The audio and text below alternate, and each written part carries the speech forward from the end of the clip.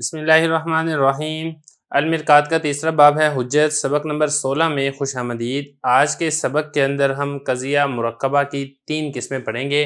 وہ 3 قسمیں کون سی ہیں؟ ان میں سے ایک مشروطہ خاصہ ہے، دوسری عرفیہ خاصہ ہے اور تیسری وقتیہ ہے۔ لیکن جیسا کہ ہم نے پچھلے سبق کے اندر آپ کو مرکبات کے بارے میں ساری تفصیل سے بتا دیا تھا کہ مرکب قضیہ کہتے کسے ہیں، یہ کیوں بنتا ہے، اس کا مقصد کیا ہے اور اس سے پہلے کون کون سے فوائد ہیں جن کو سمجھنا ضروری ہے، وہ اس سے پچھلے سبق میں یعنی سبق نمبر 15 کے اندر تفصیل سے ڈسکس ہو چکا ہے۔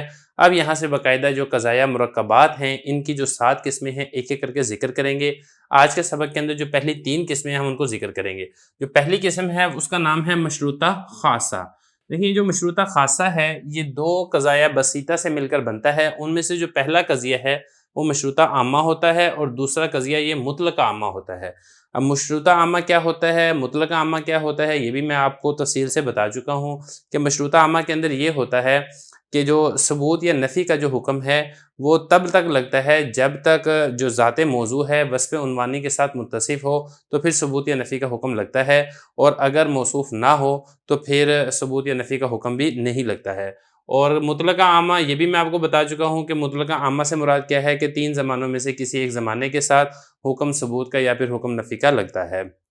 اب یہاں پہ دیکھیں فرما رہے ہیں کہ اگر پہلا قضیہ مشروطہ عامہ دوسرا قضیہ مطلقہ عامہ ہو تو اسے مشروطہ خاصہ کہتے ہیں۔ تو یہ مرکبات کی پہلی قسم ہے مشروطہ خاصہ۔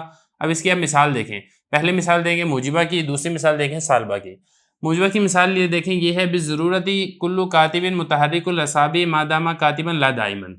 اب یہاں پہ دیکھیں یہ جو پہلا قضیہ ہے وہ یہاں سے یہاں تک ہے، بالضرورت سے لے کے ما دام کاتبا، یہاں تک پہلا قضیہ ہے، اور یہ جو دوسرا قضیہ ہے لا دائمن، اس سے اشارہ کیا جا رہا ہے دوسرے قضیے کی طرف۔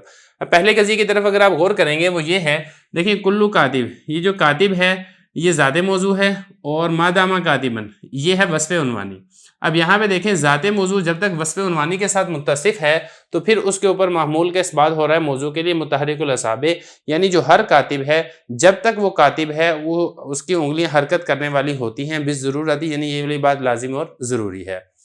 تو لیکن جو آگے لا دائمن ہے، لا دائمن کہہ کے اشارہ کر دیا کہ دیکھیں جو ہر کاتب متحرک الاعصاب ہوتا تو ہے دائمی طور پر، لیکن تینوں زمانوں میں سے ہر زمانے کے اندر وہ متحرک الاعصاب نہیں ہوتا ہے، بلکہ کوئی ایک زمانہ ایسا بھی پایا جاتا ہے کہ جس وقت وہ ساکن الاعصاب ہوتا ہے۔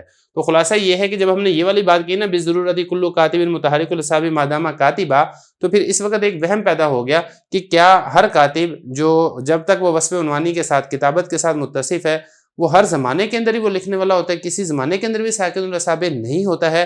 تو اس وہم کو دور کرنے کے لیے لا دائمن کہہ کے جو دوسرا قضیہ ہے یعنی مطلقہ عامہ اس کی طرف اشارہ کر دیا۔ اب دوسرا قضیہ جو ہے نا لا دائمہ، اصل میں یہ والا ہے، مکمل قضیہ اس طریقے سے ہے، لا شیء من الکاتب بمتحرک الاعصاب بالفعل، کہ کاتب کا کوئی فرد بھی متحرک الاعصاب بالفعل نہیں ہوتا، یعنی تینوں زمانوں میں سے ہر زمانے کے اندر کاتب جو ہے وہ لکھ رہا ہو ایسا نہیں ہوتا ہے، بلکہ کسی زمانے کے اندر وہ ساکن الاعصاب بھی ہوتا ہے۔ اب یہاں پہ جو بات سمجھنے کی وہ یہ ہے کہ دیکھیں یہ جو ہے نا کلو کاتب یہ موجب ہے، جیسا کہ صاف واضح ہے۔ تو یہ جو دوسرا قضیہ ہے یہ سالبہ لے کر آئیں گے، اور یہ والی بات میں آپ کو بتا چکا ہوں کہ اگر پہلا قضیہ موجبہ ہے تو دوسرا سالبہ آئے گا، اگر پہلا قضیہ سالبہ ہے تو دوسرا قضیہ یہ موجبہ آئے گا۔ دوسری بات میں نے آپ کو یہ بھی بتائی تھی کہ کلیت اور جزئیت کے اندر اتحاد ہے۔ اب دیکھیں جو پہلا قضیہ ہے وہ کلی ہے، کلو کاتبین آ گیا نا، تو دوسرا قضیہ ہے وہ بھی کلی ہے، لا شیء من الکاتب۔ تو دیکھیں اگر پہلا جزیہ ہوتا تو دوسرا بھی جزیہ آتا، لیکن پہلا کلیہ ہے لہذا دوسرا بھی قضیہ کلیہ ہی آئے گا۔ اب یہ تو ہوگی موجبہ۔ اب دوسری بات یہ کہ اس پورے قضیے کو نام کیا دیا گیا یہاں سے لے کے بالضرورت کل کاتب متحرک الاعصاب ما دام کاتبا لا دائما، اس پورے قضیے کو ہم موجبہ کا نام دیں گے۔ کیوں موجبہ کا نام دیں گے؟ اس لیے کہ اس کا جو اول جز ہے وہ موجبہ ہے، دوسرا جو سالبہ ہے، اور جو قضیہ مرکبہ کا نام رکھا جاتا ہے وہ اول جز کو دیکھتے ہوئے رکھا جاتا ہے۔ اب دوسری مثال دیکھیں سالبہ کی، بالضرورت لا شیء من الکاتب بساکن الاعصاب ما دام کاتبا، یہاں تک ہے پہلا قضیہ، لا دائمن سے دوسرے قضیے کی طرف اشارہ ہو رہا ہے۔ اگر پہلے قضیے کی دیکھیں کاتب یہ ذات موضوع ہے، ما دامہ کاتبہ یہ وصف عنوانی ہے، اور دیکھیں جو کاتب کا فرد جب تک وصف عنوانی کے ساتھ متصف ہے ساکن الاعصاب، تو اس وقت تک محمول کی نفی کی جا رہی ہے موضوع سے، یعنی کاتب جب تک وصف عنوانی ما دامہ کاتبن کے ساتھ متصف ہے وہ ساکن الاعصاب نہیں ہے، ساکن الاعصاب کا سلب کیا جا رہا ہے۔ تو چونکہ یہاں پہ محمول کا سلب کیا جا رہا ہے موضوع سے، تو اسی وجہ سے قضیہ سالبہ ہے۔ دیکھیں یہاں پر ایک وہم ہو سکتا تھا پہلے قضیے سے، وہم یہ ہو سکتا تھا کہ کیا ہر کاتب ساکن الاسابع نہیں ہوتا ہے تینوں زمانوں میں سے کسی ایک زمانے کے اندر بھی، تو اسی وہم کو دور کرنے کے لیے لا دائمن کہہ کے اشارہ کر دیا کہ دیکھیں یہاں پہ جو لا دائمن ہے اس کہہ کے اشارہ کر دیا گیا ہے قضیہ مطلقہ کی طرف، اور یہ جو قضیہ مطلقہ کی طرف اشارہ کیا گیا ہے یہ موجبہ کی طرف اشارہ کیا گیا ہے، کیوں؟ کیونکہ پہلا قضیہ سالبہ ہے لہذا دوسرا قضیہ یہ موجبہ ہوگا۔ تو اصل میں یہ ہے قضیہ یہاں پر یہ کلو کاتب ساکن الاسابع بالفعل، کہ جو ہر کاتب ہے وہ ساکن الاسابع ہوتا ہے بالفعل، یعنی تینوں زمانوں میں سے کسی ایک زمانے کے اندر وہ ساکن الاسابع بھی ہوتا ہے، ایسا نہیں ہے کہ وہ تینوں زمانوں کے اندر ہی متحرک الاسابع ہوتا ہے۔ تو یہاں پر بھی وہی بات ہے کہ پہلا قضیہ چونکہ سالبہ تھا لہذا دوسرا قضیہ لا دائمن یہ موجبہ ہوگا، اور پہلا قضیہ چونکہ وہ کلی ہے لہذا دوسرا قضیہ یہ بھی کیا ہوگا؟ کلی ہوگا، جس کی طرف کلو کاتب کہہ کے اشارہ کیا جا رہا ہے۔ تو یہ تو ہوگی پہلی قسم مشروطہ خاصہ کی۔ اب جو دوسری قسم ہے قضیہ مرکبہ کی اس کو سمجھے، وہ ہے عرفیہ خاصہ۔ عرفیہ خاصہ میں کیا ہوتا ہے کہ پہلا قضیہ ہوتا ہے عرفیہ عامہ اور دوسرا قضیہ ہوتا ہے مطلقہ عامہ۔ دیکھیں عرفیہ عامہ کے بارے میں بھی آپ پہلے تفصیل کے ساتھ پڑھ چکے ہیں کہ موضوع کے لیے محمول کا اثبات یا محمول کی موضوع سے نفی ہوتی ہے دائمی طور پر جب تک موضوع وصف عنوانی کے ساتھ یہ متصف ہے، یہ آپ عرفیہ عامہ پہلے تفصیل سے پڑھ چکے ہیں۔ تو خلاصہ یہ ہے کہ پہلا قضیہ اگر عرفیہ عامہ ہے تو دوسرا قضیہ مطلقہ عامہ ہو تو اس پورے قضیے کو عرفیہ خاصہ کہا جاتا ہے، جو کہ قضیہ مرکبہ کی قسموں میں سے دوسری قسم ہے۔ اب اس کی مثال دیکھیں، پہلے مثال دیکھیں موجبہ کی، پھر دوسری مثال دیکھیں گے سالبہ کی۔ موجبہ کی مثال کیا ہے؟ بالدوامی کلو کاتب متحرک الاسابع مادامہ کاتبہ، یہ ہے پہلا قضیہ۔ اب یہ دیکھیں مادامہ کاتبہ یہ وصف عنوانی ہے، اور کلو کاتب یہ والا جو ہے یہ ذات موضوع ہے۔ تو ذات موضوع جب تک وصف عنوانی کے ساتھ متصف ہے تو اس کے لیے محمول کا اثبات ہو رہا ہے بالدوامی دائمی طور پر، تو یہ دیکھیں یہ بن جائے گا عرفیہ عامہ۔ تو اب اس کا جو سلب ہے، اب یہ لا دائمن کہہ کے ایک وہم ہو رہا تھا اس وہم کو دور کیا جا رہا ہے۔ اب وہ وہم یہاں پہ کیا ہو رہا ہے؟ دیکھیں وہم یہاں پر یہ ہو رہا ہے کہ ہر کاتب متحرک الاسابع ہوتا ہے دائمی طور پر، یعنی تینوں زمانوں کے اندر وہ متحرک الاسابع ہوتا ہے، تو لا دائمن کہہ کے اشارہ کر دیا کہ نہیں ایسا نہیں ہے کہ تینوں زمانوں کے اندر وہ متحرک الاسابع نہیں ہوتا ہے، بلکہ تینوں زمانوں میں کوئی ایسا زمانہ بھی ہوگا جس وقت وہ ساکن الاسابع ہوگا، متحرک الاسابع نہیں ہوگا۔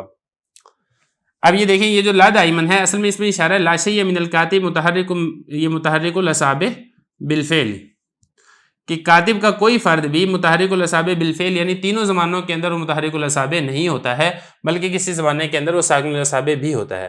اب یہاں پہ دیکھیں چونکہ پہلا قضیہ موجبہ ہے تو لہذا جو دوسرا قضیہ جس کی طرف لا دائمن سے اشارہ کیا جا رہا ہے وہ قضیہ سالبہ ہے، جیسا کہ ہم اصول بتا چکے ہیں، اول موجبہ تو دوسرا سالبہ ہوتا ہے، اور چونکہ یہ پہلا قضیہ چونکہ کلی ہے لہذا دوسرا قضیہ یہ بھی یہاں پر کلی آ رہا ہے۔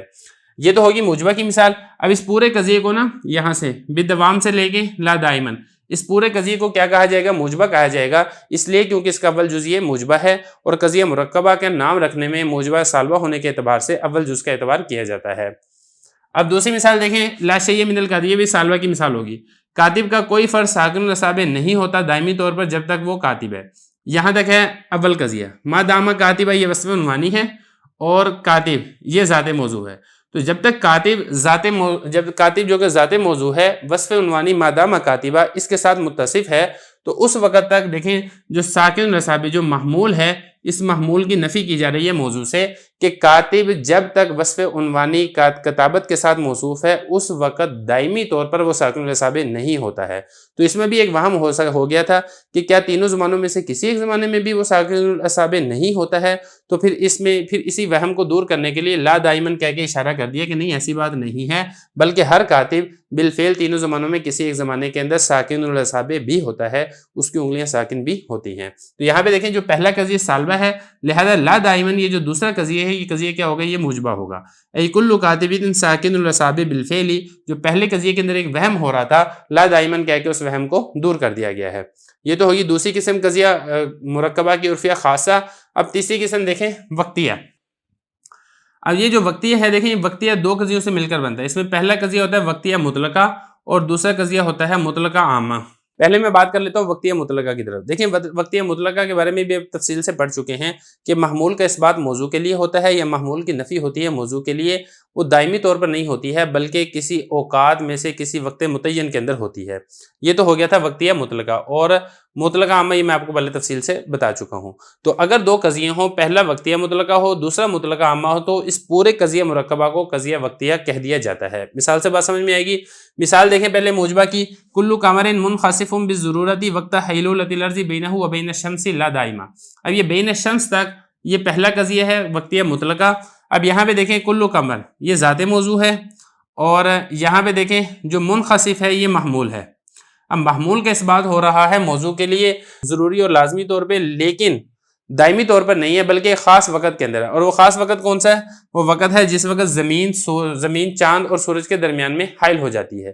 تو اس خاص وقت کے اندر جو محمول ہے یعنی گرن لگنا، اس کا اس بات ہو رہا ہے موضوع کلو قمر کے لیے۔ تو اب یہاں پہ دیکھیں یہاں پر ایک وہ ہو سکتا تھا، ایک وہم ہو سکتا تھا کہ کیا جو چاند ہے اس کے لیے گرن لگنے والا جو حکم ہے یا محمول کا جو اس بات ہے چاند لگنے کے لیے، کیا یہ دائمی طور پر ہوتا ہے، یعنی ہمیشہ ہمیشہ کے لیے ایسا ہی ہوتا ہے؟ تو اسی وہم کو دور کرنے کے لیے لا دائمن کہہ کے اشارہ کر دیا کہ نہیں ایسا نہیں ہے، بلکہ تینوں زمانوں میں کوئی ایک زمانہ ایسا بھی پایا جاتا ہے جس زمانے کے اندر جو زمین ہے وہ سورج اور چاند کے درمیان میں حائل نہیں ہوتی ہے، لہذا اس وقت وہ چاند وہ اس کے اوپر گرن بھی نہیں لگتا ہے۔ تو اس وہم کو دور کرنے کے لیے لا دائمن کہہ کے اشارہ کر دیا۔ تو اب لا دائمن اصل میں یہ والا قضیہ ہے، لا شیء من القمر بمنخسف بالفعل۔ اب یہاں پہ دیکھیں یہ جو قضیہ ہے دوسرا قضیہ ہے، یہ دوسرا قضیہ کون سا ہے؟ یہ مطلقہ عامہ ہے اور سالبہ ہے۔ سالبہ کیوں ہے؟ کیونکہ جو پہلا قضیہ ہے نا یہ والا کلو قمر یہ موجبہ ہے، تو یہ پڑھ چکے ہیں کہ اگر اول قضیہ موجبہ ہو تو دوسرا قضیہ یہ سالبہ آتا ہے۔ تو اس پورے قضیے کو کیا کہا جائے گا؟ لا دائمن تک اس پورے قضیے کو موجبہ کہا جائے گا۔ کیوں؟ کیونکہ اول قضیہ یہ موجبہ ہے، اور قضیہ مرکبہ کے اندر جو نام رکھا جاتا ہے وہ اول قضیے کے اعتبار سے رکھا جاتا ہے۔ اب اس کے بعد جو دوسری مثال ہے وہ دیکھیں سالبہ کی، وہ یہ ہے بِضْرُورَةِ لَا شَيْءَ مِنَ الْقَمَرِ بِمُنْخَسِفٍ وقت التربیع۔ وقت تربیع میں آپ کو بتا چکا ہوں، تربیع اس وقت کو کہا جاتا ہے جس وقت زمین چاند اور سورج کے درمیان میں حائل نہیں ہوتی ہے، اس کو وقت تربیع کہا جاتا ہے۔ اب یہاں پہ دیکھیں بِضْرُورَةِ ضروری ہے یہ والی بات کہ چاند کا کوئی فرد بھی منخسف اس کو گرن نہیں لگتا ہے وقت تربیع۔ اب یہاں پہ دیکھیں قمر یہ ہے ذات موضوع، اب یہاں پہ دیکھیں منخسف یہ ہے محمول۔ اب یہ دیکھیں محمول کی ذات موضوع سے نفی کی جا رہی ہے، یعنی جو گرن ہے وہ چاند کو لگا ہوا نہیں ہے، لیکن چاند کو جو گرن نہیں لگتا ہے یہ ایک خاص وقت کے اندر ہے، اور وہ خاص وقت کون سا ہے؟ وہ وقت تربیع کے اندر، وہ وقت تربیع ہے، یعنی جس وقت زمین چاند اور سورج کے درمیان میں حائل نہیں ہوتی ہے۔ تو اب خلاصہ کلام یہ ہے کہ یہ سالبہ ہے۔ سالبہ کیوں ہے؟ کیونکہ یہاں پہ محمول کی موضوع سے نفی کی جا رہی ہے، اور یہ چونکہ وقتیہ مطلقہ ہے اس لیے کہ یہاں پہ ایک خاص وقت کے اندر محمول کی موضوع سے نفی کی جا رہی ہے۔ تو اب اس کا جو عکس ہوگا، یعنی جو دوسرا قضیہ ہوگا وہ کیا ہوگا؟ وہ دوسرا قضیہ موجبہ ہوگا، کیونکہ پہلا قضیہ سالبہ ہے تو دوسرا قضیہ اصول کے مطابق وہ کیا آئے گا؟ وہ موجبہ آئے گا۔ اب اس کے اندر ایک وہم ہو رہا تھا، وہ وہم یہاں پر یہ ہو رہا تھا کہ دیکھیں وقت تربیع کے اندر تو چاند کو گرن نہیں لگتا ہے، کیا اس کے علاوہ بھی باقی تمام اوقات کے اندر بھی چاند کو گرن نہیں لگتا ہے؟